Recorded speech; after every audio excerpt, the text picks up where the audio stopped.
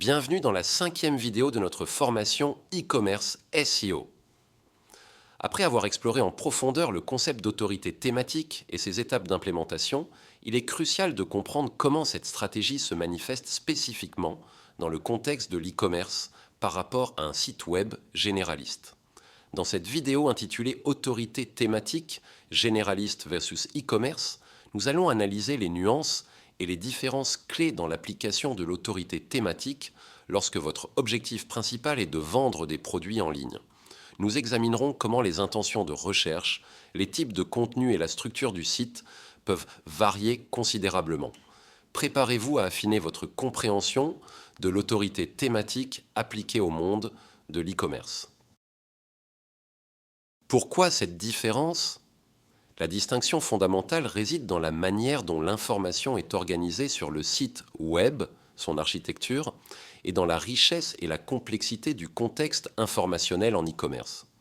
L'architecture de l'information comprend l'identité et l'image de marque, l'ensemble des produits et leur organisation en catégories, les contenus informatifs qui soutiennent la vente et l'utilisation des produits, les mises à jour et les changements constants dans les gammes de produits peuvent créer un contexte informationnel aux multiples facettes. Premier principe, couverture holistique des produits, couvrir toutes les activités de recherche possibles et pertinentes. Cela signifie anticiper toutes les manières dont les utilisateurs pourraient rechercher des informations liées à vos produits, qu'il s'agisse de recherche générale, de requêtes spécifiques sur les caractéristiques, de comparaison avec des concurrents ou de questions liées à l'utilisation et à la maintenance.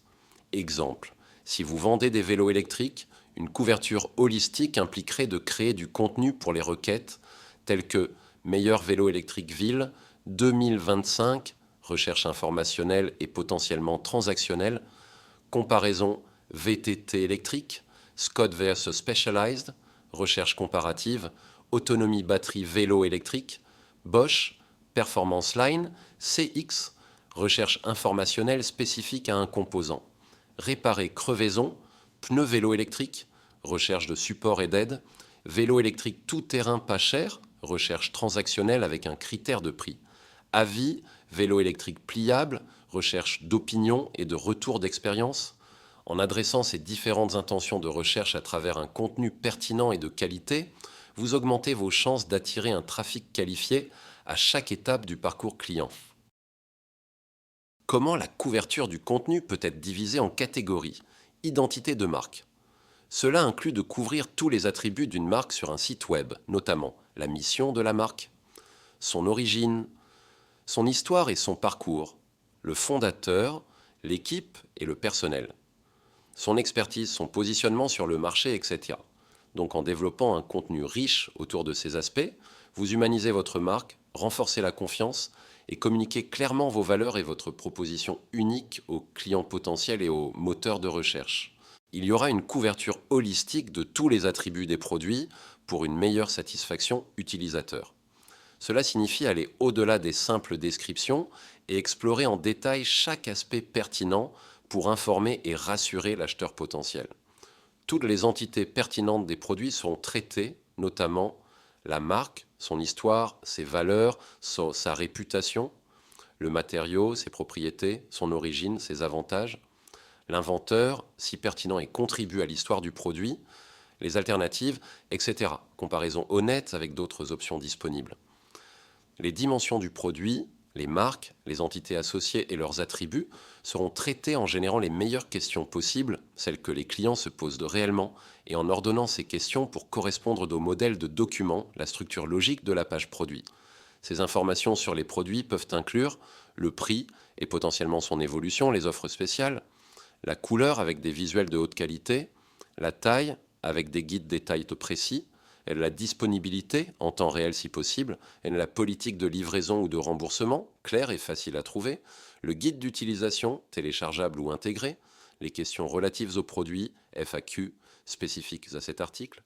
En enrichissant vos pages produits avec ces informations détaillées et en les structurant de manière logique, vous améliorez non seulement l'expérience utilisateur, mais vous signalez également au moteur de recherche la pertinence et l'exhaustivité de votre contenu, contribuant ainsi à votre autorité thématique globale. Le Messy Middle. La façon dont les gens prennent des décisions est complexe et non linéaire. Le parcours client en e-commerce est rarement une ligne droite allant de la découverte à l'achat.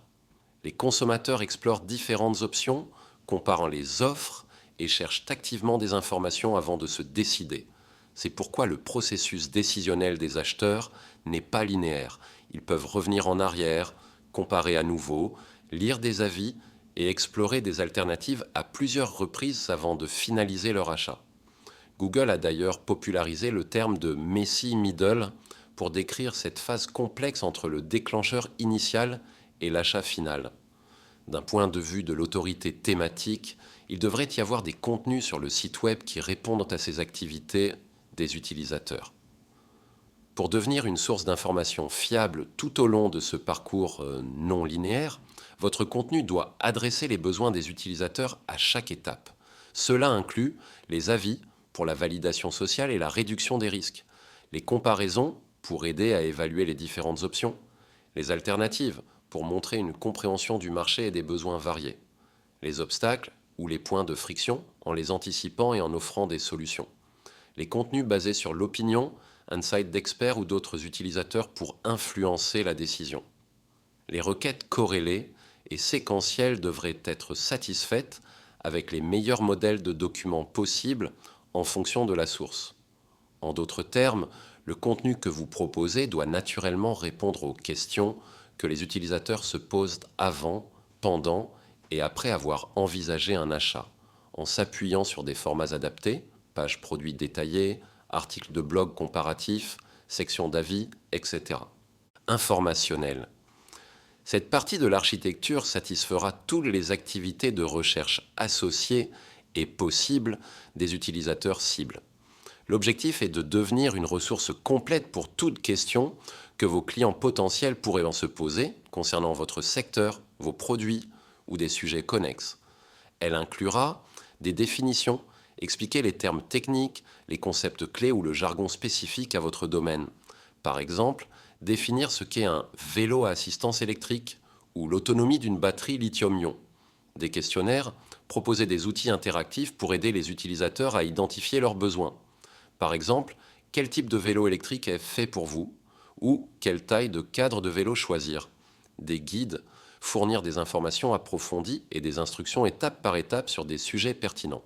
Par exemple, guide d'entretien de votre vélo électrique ou comment choisir la bonne taille de pneus pour votre VTT électrique.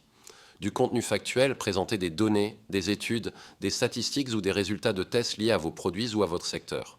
Par exemple, l'impact environnemental des vélos électriques ou comparaison des performances des différents types de moteurs de vélos électriques. En proposant ce type de contenu informatif et de qualité, vous attirez non seulement un trafic intéressé par l'apprentissage, mais vous vous positionnez également comme un expert de confiance dans votre domaine, renforçant ainsi votre autorité thématique et votre potentiel de conversion à long terme. Stratégie basée sur les objectifs commerciaux. Chaque ensemble d'informations sera traité en fonction des objectifs commerciaux. L'approche de l'autorité thématique en e-commerce doit être intrinsèquement liée à la stimulation des ventes et à la croissance de l'entreprise. Généralement, cela commence par la construction de l'identité de la marque. Avant de vendre des produits, il est crucial de communiquer qui vous êtes, ce que vous représentez et pourquoi les clients devraient vous choisir. Cela peut inclure le branding de la page d'accueil, communiquer clairement votre proposition de valeur dès la première impression. Les pages destinées à présenter tous les attributs possibles et pertinents de la marque, par exemple les pages à propos et entreprise, détaillant votre histoire, vos valeurs, votre expertise et votre équipe. Ensuite, la construction des documents commerciaux. L'objectif principal d'un site e-commerce est de vendre. Par conséquent, la présentation exhaustive et optimisée de vos produits est primordiale. Toutes les gammes de produits pertinentes avec leur modèle de document seront publiées conformément à l'architecture de la source. Cela signifie créer des pages produits riches en informations, optimisées pour les mots-clés pertinents et structurés de manière à faciliter l'achat. Et enfin, le traitement du Messy Middle et des documents informationnels pour couvrir toutes les activités de recherche possibles et associées. Bien que l'objectif final soit la vente, répondre aux questions des utilisateurs à toutes les étapes de leur parcours, recherche, comparaison, évaluation, renforce la confiance, établit votre expertise et, indirectement, stimule les conversions. Un contenu informatif de qualité attire un trafic qualifié et nourrit les prospects jusqu'à l'achat. Objectif final.